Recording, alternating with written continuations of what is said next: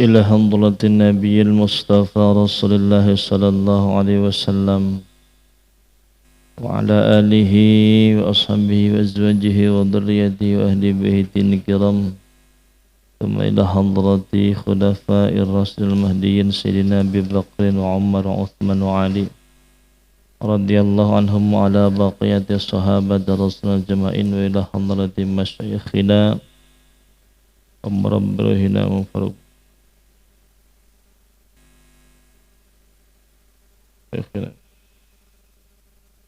إلى حضرات ونفعنا به وبعلومه بأشرف الفاتحة. أعوذ بالله من الشيطان الرجيم. بسم الله الرحمن الرحيم. الحمد لله رب العالمين الرحمن الرحيم مالك يوم الدين. إياك نعبد وإياك نستعين اهدنا الصراط المستقيم صراط الذين أنعمت عليهم غير المغضوب عليهم ولا الضالين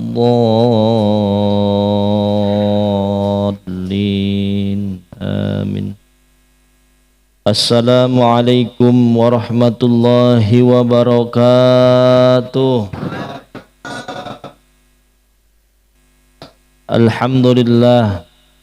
Alhamdulillah Rabbil Alamin wal aqibatu lil muttaqin wala udwana illa 'alal zalimin. Asyhadu an la ilaha illallah wahdahu la syarikalah al malikul haqqul mubin wa asyhadu anna Muhammadan 'abduhu wa rasuluhu shadiqul wa'dil amin. Allahumma salli wa sallim wa barik wa karrim ala sayyidina Muhammadin wa ala alihi wa ashabihi ajma'in wa man tabi'ahum bi ihsanin ila yaumiddin, amma ba'du. Hadirin jamaah Majlis Ta'lim Al-Isra yang dimuliakan oleh Allah, semoga kita selalu dalam keadaan sehat walafiat, dimudahkan urusannya, dipanjangkan umurnya, dilapangkan rezekinya, dijadikan rumah tangganya sakinah mawaddah warahmah, putra putrinya soleh dan solehah, berkah dunia dan juga akhirat. Puji syukur kehadirat Allah. Mari sama-sama kita ucapkan kalimat hamdalah. Alhamdulillahi Rabbil Alamin, atas segala nikmat, karunia, rahmat, pertolongan, ampunan yang Allah berikan kepada kita, terutama nikmat yang paling besar, anugerah yang paling agung, di mana hingga detik ini sampai saat ini Allah masih menanamkan iman, Allah masih menancapkan Islam di dalam sanubari kita, sehingga kita bisa hadir melangkahkan kaki, bermuwajahah, tatap muka, bermujalasah, duduk bersama, muzakarah, tukar pikiran dalam rangka thalabul ilmi. Mudah-mudahan langkah kita, niat kita, tujuan kita senantiasa dihitung sebagai amal ibadah di hadapan Allah. Hadirin rahimakumullah, tidak terasa sebentar lagi kita akan menghadapi puasa di bulan suci Ramadan, melaksanakan rukun Islam yang ketiga, yakni as-siyam atau as-saum, puasa di bulan suci Ramadan. Tanpa terasa kurang lebih 1,5 bulan lagi. Sekarang besok sudah bulan Rajab, besok. Kemudian Sa'ban, habis Sa'ban Ramadan. Nanti malam tanggal 1 bulan Rajab. Termaksud khamsu layalin, ada 5 malam yang apabila kita berdoa la turaddu da'awat ay asra'ud da'awat bil ijabah, Tidak ada satupun doa yang ditolak, dan perjalanan doa kita cepat kepada Allah Subhanahu wa taala. La hijab balahu, tidak ada hijab dan tidak ada penghalang. Di antaranya adalah malam tanggal 1 bulan Rajab. Oleh karena itu saya menghimbau nanti malam kita ihya'ul lail, menghidupkan malam-malam dengan ibadah kepada Allah. Perbanyak sholat sunnah hajat, perbanyak sholat sunnah tahajud, perbanyak qiraatul Quran, kemudian berdoa, karena 1 tahun sekali. Dan disunahkan juga puasa tanggal 1 sampai tanggal 10. Kalau enggak sanggup, tanggal 1-nya aja. Kalau enggak sanggup, tanggal 10-nya aja. Pasti bapak-bapak milih yang 1 hari doang. Lumayan. Itu sudah ta'ziman wa takriman bisahri Rajab. Sudah bagian daripada mengagungkan, memuliakan datangnya bulan Rajab. Habis Rajab Sa'ban. Aduh, bentar lagi Ramadan. Oleh karena itu seperti biasa, sebelum datangnya bulan Ramadan ada beberapa pembahasan yang berkaitan tentang ibadah puasa. Sebab satu ibadah yang pahalanya tidak dibatasi. Kalau yang lain muhaddadun muayyanun, dibatasi dan ditentukan. Bi asri hasanat, ada yang 10 kali lipat, ada mi'atu hasanat 100 kali lipat, ada sab'u mi'ati hasanat, ada 700 kali lipat. Tapi puasa la malaka wala nabiyya, tidak satu orang makhluk pun tahu pahala puasa. La malaka, malaikat enggak tahu, wala nabiyya, dan nabi juga enggak tahu. Sekalipun malaikat mampu menghitung tetesan air hujan yang turun dari langit ke permukaan bumi, tapi tidak ada satupun malaikat yang tahu tentang pahala puasa. Wa ana ajzi bihi, kata Allah, aku yang akan membalasnya. Saking banyaknya itu pahala puasa di bulan Ramadan. Oleh karena itu jangan sampai kita termasuk hadis Rasul yang mengatakan kam min shaimin laisa lahu min siyamihi illal ju' wal 'athas. Banyak orang yang berpuasa tapi tidak mengerti tentang hal-hal yang berkaitan tentang puasa. Puasanya hanya sekedar menahan lapar dan haus, maka tidak bernilai apa-apa.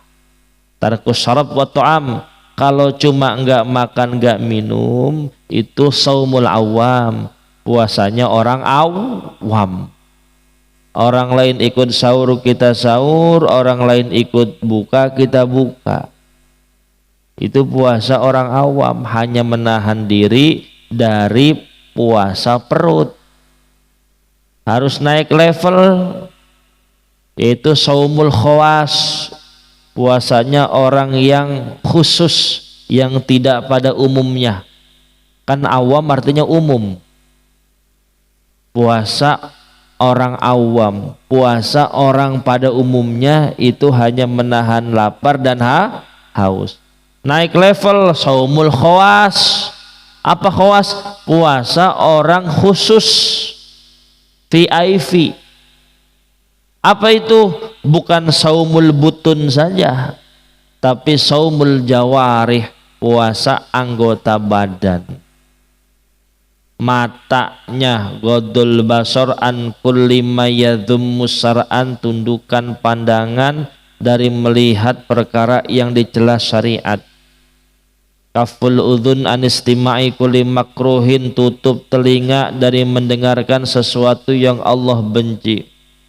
Hifzul lisan anil kadhib wal ghibah wan namimah wal yaminul ghamus, jaga lisan dari bohong, adu domba, membicarakan keburukan orang, sumpah palsu. Singkatnya, kaful jawarih anil atham, menjaga anggota badan dari bermaksiat kepada Allah. Nah, itu tingkatan kita insya Allah. Harus naik level al-isra dilawan. Ngajinya juga enggak hatam-hatam. Namun ada di atas itu the best level, saumul khawasil khawas, puasanya orang khususnya khusus. VVIV. Wah, apa Pak? VVIV. Bukan cuma puasa perut, bukan cuma puasa anggota badan, tapi saumul afkar, puasa pikiran, anil humumid dani'ah, dari perkara dunia. Bulan Ramadan udah tidak mikirin urusan ya. Kemudian saumul qulub, puasa hati, anil hasad warriya wasum'ah watakabur, dari iri hati, dengki, hasud, takabur, sombong, riya, sum'ah. Tuh, kotoran-kotoran hati Pak, itu juga ikut puasa di bulan suci Ramadan. Hebat nih VVIP. Waduh, puasanya siapa nih? Saumul anbiya wal mursalin, puasanya para nabi dan rasul. Tapi kalau udah umur 50, 60, itu sudah mulai mengikuti jejak nabi dan rasul.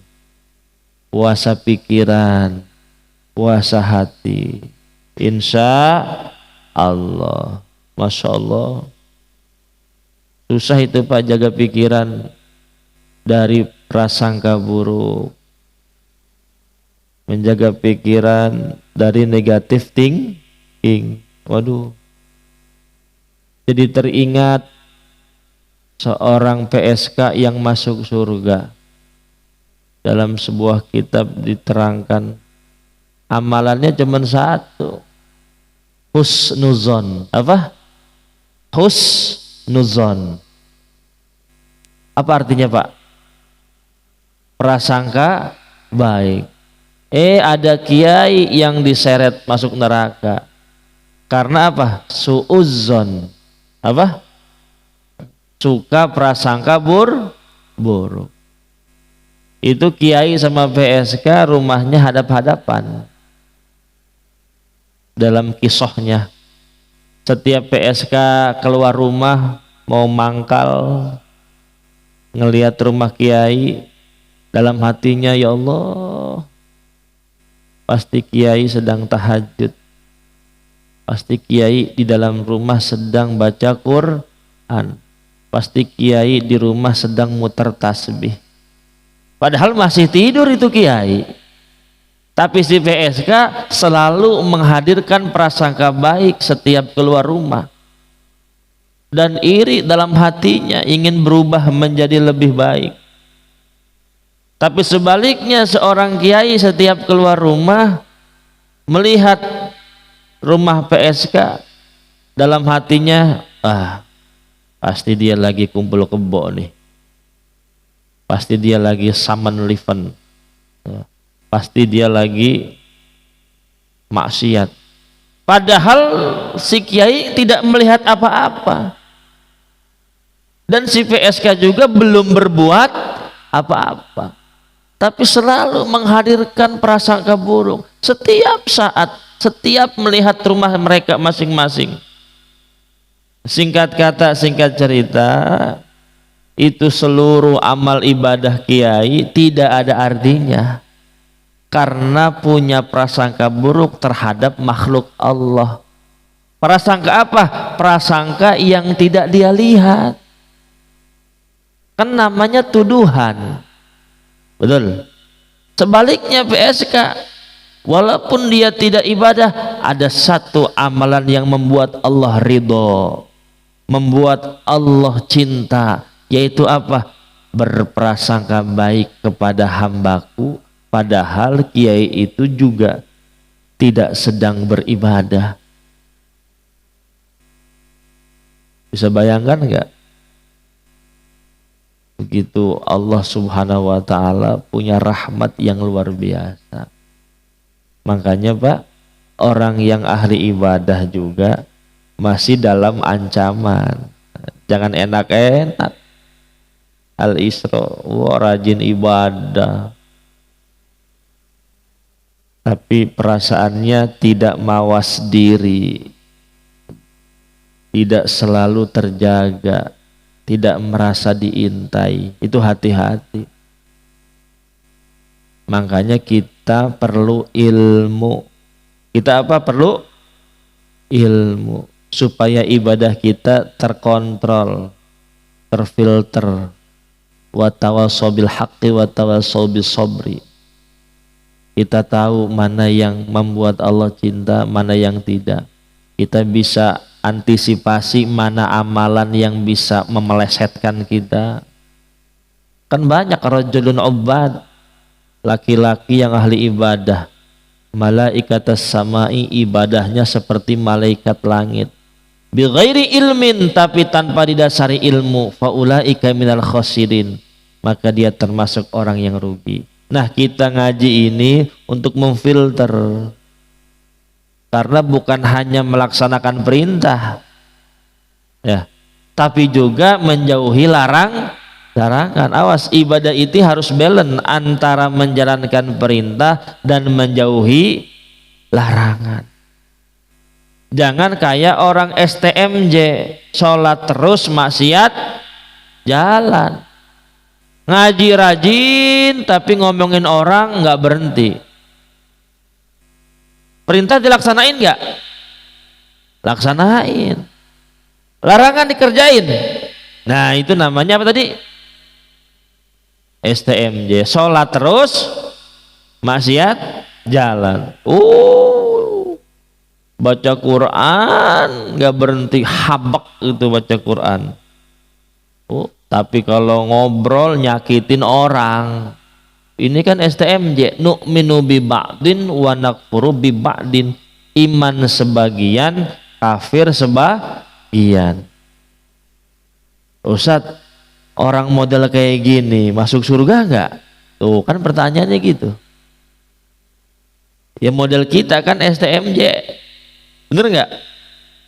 Oi, ya nggak? Betul nggak nih kameramen?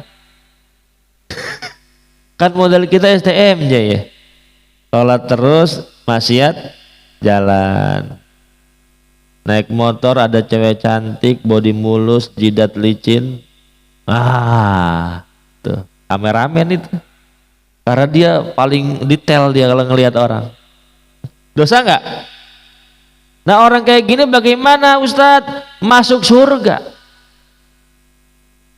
Bisafaatin nabina Muhammadin sallallahu alaihi wasallam, dengan catatan dapat syafaat Nabi Muhammad. Namanya golongan zalimun li nafsihi, orang yang zalim terhadap dirinya, melaksanakan perintah dan melaksanakan larangan. Masuk surga kalau dapat syafaat. Ada golongan yang kedua, muqtasidan, golongan pertengahan, imtithalul awamir wajtinabun nawahi, dia menjalankan perintah, menjauhi larangan, tapi masih demen sama yang makruh-makruh, masih suka sama yang subhat-subhat. Bapak ngaji, bapak sholat, bapak baca Quran, enggak zina, enggak mabok, enggak mencuri, tapi masih seneng yang makruh-makruh, yang subhat-subhat. Tahu yang makruh? Tahu yang subhat? Subhat itu bahasanya remeng. Ini halal apa haram ya? mau diambil takut haram, tapi kalau enggak sayang, udahlah ambil aja deh. Ini remeng. Yang makruh itu berarti mukhalifun lis sunnah, orang-orang yang menyalahi aturan sunnah namanya makruh, tidak memperhatikan adab dan akhlak. Makan minum pakai tangan kiri, ini hukumnya makruh. Harusnya apa? Kanan. Minum dulu Pak, biasanya kalau habis minum suka pengen makan. Tahu uduk, tahu bubur nih, lontong sayur lumayan lah, asal jangan bubur kacang hijau aja. Ya Pak Nanto ya, Pak Nanto bukannya di Singapura kemarin fotonya, sini aja. Minum tangan kiri makruh. Ini nggak gampang loh Pak, mendidik anak dan keluarga untuk minum tangan kanan, nggak gampang. Saya aja ngasih tahu santri sampai berbusa Pak. Kata saya, ini salah emak bapaknya kali ya, dulu ngedidiknya gitu, salah emak bapaknya. Tangan kiri, oper kanan, dioper, kaget tuh. Nggak lama dia kiri lagi, ketahuan, oper kanan, iya dioper. Meleng dikit, kiri lagi. Ini emak bapaknya nih, susah dulu diaturnya kali ya. Hukumnya apa nih? Makruh. Makan berdiri hukumnya makruh. Ya, minum berdiri, apa hadisnya itu? Setendang. Makan minum jangan berdiri, itu apa hadisnya? Wih, skepsek dilawan. Ya, janganlah kamu makan minum dalam keadaan berdiri. Wahwa makruhun, itu makruh. Makruh itu bahasa Arab, dibenci syariat. Makruh itu dibenci. Makan minum duduk Pak. Dan ini juga nggak gampang. Makanya di pesantren itu yang ditekankan adalah pola pembiasaan. Mungkin kita di rumah negor sekali dua kali, betul. Tapi di pesantren bisa 100 kali Pak. Negor santri, makan duduk, minum duduk, pakai tangan kanan. Waduh, terus aja sampai mengkristal, sampai melekat dalam hatinya. Karena makruh. Masuk kamar mandi kaki kanan, betul nggak? Ya bagus. Harusnya apa? Kaki kiri. Kalau kaki kanan makruh. Ini juga pola pembiasaan. Sepele tapi fatal. Ada kisah ulama yang bernama Ibrahim bin Adham. Siapa? Watahayyara, dia nggak enak pikiran. Wa azlama qalbi, dan dia juga hatinya merasa rungsing. Salah satu ayamin la ajidu khusyu'an fil ibadah, 3 hari 3 malam sholatnya nggak khusyuk. La ajidu ladzatan fil dzikri, 3 hari 3 malam zikirnya nggak nikmat. Wala ajidu fahman fil Quran, dan 3 hari 3 malam baca Quran nggak paham. Padahal ulama. Bingung dia, kenapa saya pikiran dan hatinya begini. Akhirnya sebelum dia tidur berdoa, ya Allah minta petunjuk. Lalu tidur, tsumma ra'aitu malakan fil manami, di tidurnya dia bermimpi bertemu dengan seorang malaikat dan memberikan satu jawaban atas permasalahannya. Wa qala malakun, apa kata malaikat? Dakhaltal hammam bil yamin walau kana syahwan. Engkau masuk kamar mandi mendahulukan kaki kanan. Itu masalahnya. Engkau masuk kamar mandi mendahulukan kaki kanan. itu yang menjadikan Allah mencabut khusyukmu dalam ibadah, pahammu dalam Al-Quran, nikmatmu dalam berzikir dicabut oleh Allah. Sepele tapi fatal. Sepele tapi fatal. Kenapa? Karena sering menjalani kemakruhan, bahaya. Bisa mati hatinya, bisa gelap pikiran. Ya sepele Pak. Minum tangan kiri sepele, tapi dibenci syariat. Nah, Bapak didik anak dan istri Bapak. Pernah gak Bapak ngomong sama anak istri, minum, masuk kamar mandi, apa yang didahulukan? Masuk masjid kaki kanan, keluar kiri. Pakai sendal kaki kanan, copot sendal kaki kiri. Pakai baju tangan kanan, copot baju tangan kiri. Pakai celana kaki kanan, copot celana kaki kiri. Waduh, itu akhlak, adab. Termasuk wataqlimul azfar, menggunting kuku, ayyabtadi bisababil yumna, dimulai dari telunjuk bagian kanan ila khinsiriha, sampai dengan kelingking. Yang kiri ayyabtadi bi khinsiril yusra, dimulai dari kelingking ila ibhamiha, sampai jempol. Wa yakhtima ibhamul yumna, dan terakhir jempol kanan. Tuh kuku.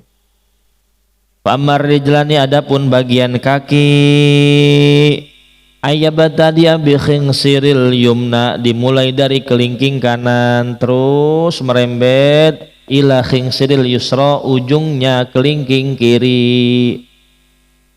Tuh, sampai mana kita itu meneladani akhlak Rasulullah? Betul Pak? Pasti Bapak asal-asalan. Nah, yang penting mah gunting. Hah? Ini dulu telunjuk kanan sampai kelingking.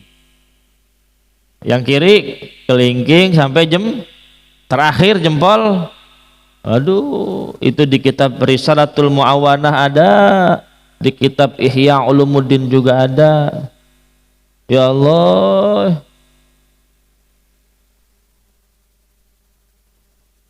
Ini orang yang suka melaksanakan makruh-makruh, subhat-subhat, juga masuk surga, tapi birahmatillah, dengan kasih sayang Allah. Dan yang terakhir ini darajatul ulya, derajat yang paling tinggi, sabiqun bil khairat. Siapa dia? Imtithalul awamir wajtinabun nawahi wajtinabul makruhat wajtinabus subuhat. Perintah dijalanin, larangan ditinggalin, makruh dia jauhin, subhat dia tinggalin. Yadkhulunal jannata bighairi hisab, golongan ini masuk surga tanpa hisab. Waduh, amin ya rabbal. Ya ayyuhalladzina amanu dkhulu fis silmi kaffah. Mereka adalah orang yang masuk ke dalam agama Islam dalam keadaan sempurna. Amin ya rabbal. Sedikit demi sedikit Pak, kita berubah. La tarakabunna tabaqan ang tabaq, selangkah demi langkah, step by step, sejengkal demi jengkal. Rokok makruh nggak? Makruh. Rokok makruh. Karena apa rokok makruh? Merusak. Ya. Kopi endes itu mah. Jengkol makruh. Ta'amun angkuli dhirihin, makan makanan yang mengandung bau yang menyengat. Ya, itu udah makan jengkol, kencingnya di masjid. Itu mah haram jadinya Pak, bukan makruh lagi. Kenapa haram? Karena menyakiti manusia. Udah mah makruh jadi haram. Waduh, lumayan lah, susah tuh ninggalin jengkol tuh ya.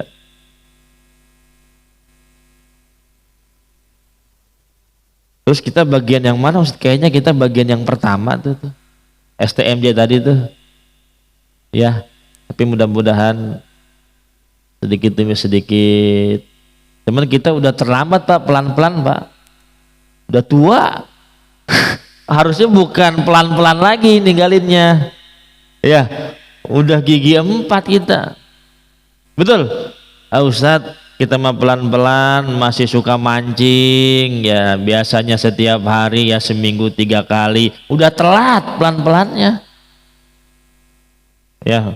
Masih suka karambol, masih suka remi, masih suka nyicipin Homer ya sedikit. Mau ninggalin Pak Ustadz dari yang sebotol jadi setengah botol. Udah gigi 4 kita ninggalin ya, karena kita akan menuju Sang Pencipta cepat atau lambat. Bapak-bapak yang dimuliakan oleh Allah Subhanahu wa taala, pada kesempatan pagi hari ini akan ada 2 saja yang akan saya bahas. Setelah itu kita doa dan makan lontong. Jangan lama-lama Pak, masih ngilu nih tangannya nih. Bismillahirrahmanirrahim. Pembahasan pertama adalah hukum menunda hutang puasa. Saya sampaikan kepada Bapak sekalian, sebelum masuknya bulan Ramadan nanti, bagi Bapak yang punya hutang puasa ganti. Dan ini wajib disampaikan dari Bapak kepada istri, kepada anak perempuan yang mungkin mereka pernah terhalang haid, nifas, maka sampaikan sudah diganti belum itu hutang puasa Ramadan tahun kemarin. Ini wajib nih, nanti pulang dari sini tanya ya. Jatuh tuh. Bismillahirrahmanirrahim. Hukum dan konsekuensi menunda qada puasa yang apabila belum juga dibayar hingga masuk Ramadan berikutnya. Kemarin kita punya utang 5 hari nih, disebabkan sakit. Boleh nggak sakit nggak puasa? Boleh, tapi konsekuensinya diqadha. Tapi sampai masuk Ramadan besok nggak diganti juga. Waduh, bagaimana Rasulullah SAW menyikapi? An Abi Hurairah radhiyallahu anhu qala qala Rasulullah sallallahu alaihi wasallam, man adraka ramadhana fa aftara limaradin thumma saha wa lam yaqdihi hatta dakhala ramadhana akhar shoma alladhi adrakahu thumma yaqdimu alaihi wa yut'imu an kulli yaumi miskinan. Diriwayatkan dari Abi Hurairah, siapa yang datang baginya Ramadan dan tidak berpuasa karena sakit, lalu ia tidak mengqadha puasanya sampai datang Ramadan berikutnya. Kemarin kita enggak puasa karena sakit, punya utang 5 hari, sampai besok datang Ramadan kita enggak ganti itu yang 5, kan penalti nih, offset, bener ya? Lalu konsekuensinya apa? Maka wajib baginya berpuasa Ramadan yang baru datang dan mengqadha puasa Ramadan yang telah lewat dan memberi makan orang miskin setiap hari dari puasa yang dia tinggalkan. Artinya apa? Kita tetap melaksanakan puasa Ramadan di bulan yang berikutnya dan tetap mengqadha puasa Ramadan yang 5 hari di Ramadan yang telah lalu. Paham gak sih ini? Plus memberikan satu orang satu mud sebanyak 5 kali, karena yang ditinggalkan 5 hari. Berarti 1 mud kali 5 mud atau 5 liter.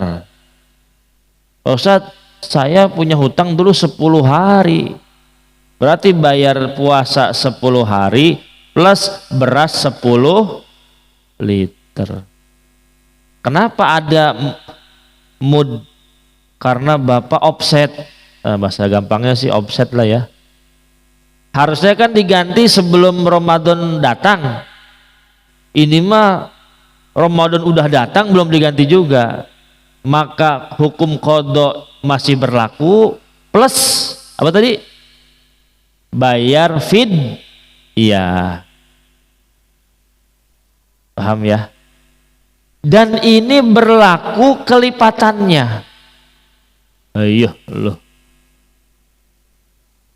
Udah tahu dia offset, sampai datang Ramadan berikutnya lagi nggak diganti, kartu merah. Bagaimana? Yang tadi 5 hari tetap masih berlaku. Kalau kodoknya sih tidak berlipat, Pak. Yang berlipat itu adalah fidyahnya. Jadi 1 hari bukan seliter lagi, jadi 2 liter. Offset lagi 3 kali Ramadan, 1 hari 3 liter. Coba itu bayangkan. Ya kita udah berapa Ramadan nih? Dulu, tapi udah diganti saya yakin, plus fidyah. Makanya kalau saya jadi panitia zakat infak sedekah, saya tanya, Bapak bayar fidyah enggak? Fidyah apa? Fidyah itu bukan karena hamil menyusui saja. Fidyah itu berlaku bagi mereka yang punya hutang puasa, kemudian sampai datang bulan Ramadan berikutnya tidak diganti, maka dia tetap qadha plus fidyah, itu sampaikan.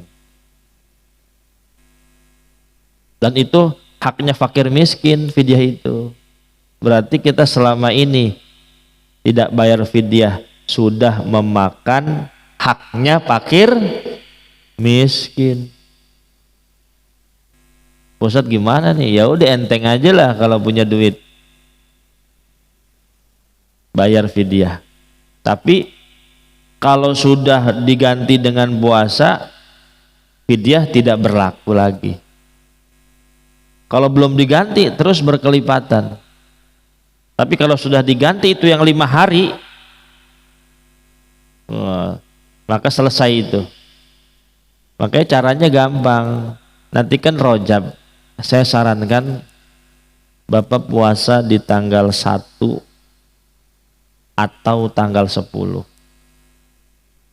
Jangan sampai berlalu bulan Rajab tanpa melakukan puasa 1 hari pun.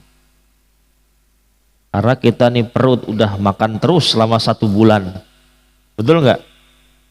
Maka di bulan Rajab ini ulama menyarankan 1 sampai tanggal 10. 1, 2, 3, 4, 5, 6, 7, 8, 9, 10. Atau 1 dan 10 saja. Berarti 2 hari. Atau pilih mau tanggal 1 atau tanggal 10 saja. Kalau santri di pesantren puasanya tanggal 10 saja. Pasti Bapak mau ikutan. Kalau gitu sama deh. Karena banyak fadilah di bulan Rajab. Ingetin tuh. Lanjut 1 pembahasan. Nggak ada pertanyaan Pak ya? Yang kedua, meninggal tapi masih punya hutang puasa. Waduh, repot ini mah. Udah penalti, offset, kartu merah, deportasi lagi. Jadi hutang puasanya itu enggak diganti-ganti sampai meninggal. Waduh, ini kalau bahasa Jawanya apa tuh ya? Bahasa Jawanya itu lupa saya itu. Gimana apalagi Min bahasa Jawanya? Udah jatuh ketipan tangga tuh bahasa Jawanya apa? Hah? Aduh, jadi lupa begini sih itu.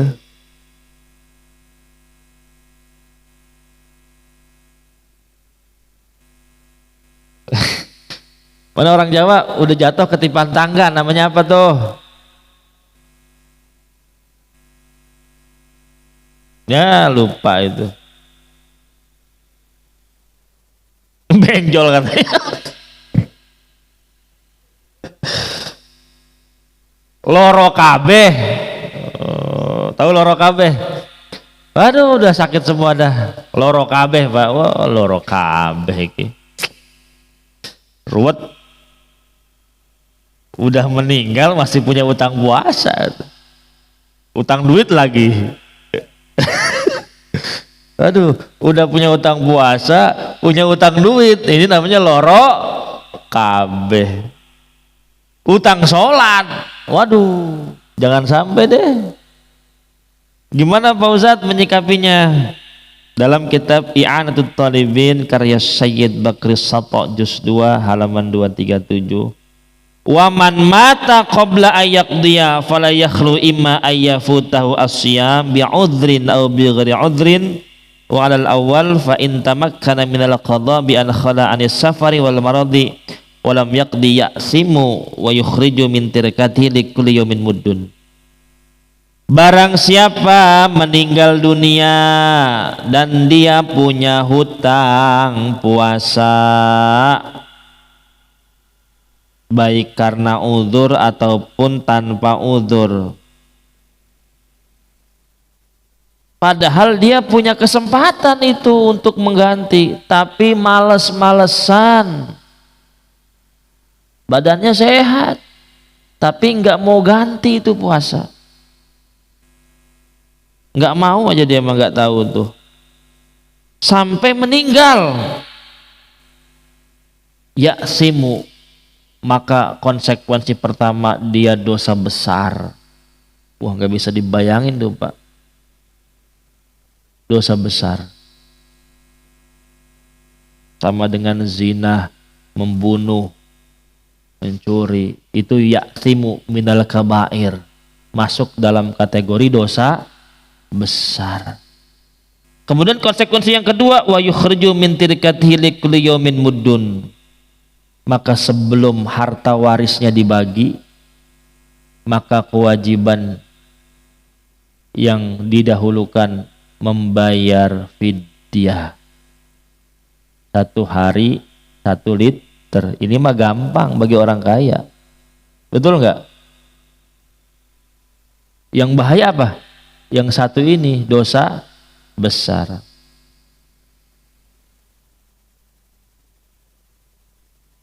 Nah, makanya pesan terakhir sebelum makan lontong, mumpung kita masih hidup, karena nikmat terbesar adalah hidup. Kalau Bapak tahu itu di TPU Mangunjaya, mayat-mayat yang ada di bawah tanah itu berteriak, laula akhartani ila ajalin qarib nujib da'wataka wa nattabi rasul, ya Allah izinkanlah kami dihidupkan kembali ke dunia, walau sedetik saja, saya akan menambah kebaikan dan memperbaiki kesalahan. Yang diinginkan mereka adalah hidup walaupun 1 detik, karena ingin memperbaiki kesalahan dan menambah amal kebaikan. Berarti bagi mereka yang sudah mati, nikmat terbesar apa? Hidup. Nah sekarang kita berada di satu kenikmatan yang terbesar. Artinya apa? Punya potensi memperbaiki kesalahan, ada peluang untuk menambah amal kebaikan. Bagi Bapak yang punya hutang puasa, segera diganti. Caranya apa? Di setiap puasa sunnah yang ingin Bapak kerjakan, niatkan qada Ramadan, maka pahalanya 2. Puasa qada plus dengan puasa sunnah. Nanti puasa Rajab nih, niatkan saya niat puasa qada Ramadan dan puasa sunnah di bulan Rajab. Jangan bilang tidak ada waktu. Betul? Karena Allah memberikan waktu kepada kita dari dulu sampai sekarang nggak pernah kurang. Betul apa tidak? Jangan bilang nggak ada kesempatan. Sampai hari ini Bapak masih hidup saja, berarti masih diberikan kesempatan. Terus digali itu rasa itu kepada Allah Subhanahu wa taala. Diniatkan puasa qada. Nanti ketemu puasa lagi Ayyamul Bid, puasa 3 hari di pertengahan bulan. Niatkan puasa qada. Untuk apa? Untuk menutup ketertinggalan kita di masa-masa lalu menjadi yang lebih baik. Amin ya rabbal alamin. Ini saja Bapak-bapak yang dapat kami sampaikan. Mudah-mudahan 2 materi ini bermanfaat buat diri pribadi khususnya dan buat para hadirin umumnya, agar kita selangkah lebih baik menuju ridho Allah Subhanahu wa taala. Al-Fatihah. A'udzu billahi minasy syaithanir rajim. Bismillahirrahmanirrahim. Alhamdulillahi rabbil alamin arrahmanir rahim maliki yaumiddin. Iyyaka na'budu wa iyyaka nasta'in. Ihdinas siratal mustaqim. Siratal ladzina an'amta 'alaihim ghairil maghdubi 'alaihim waladdallin. Amin.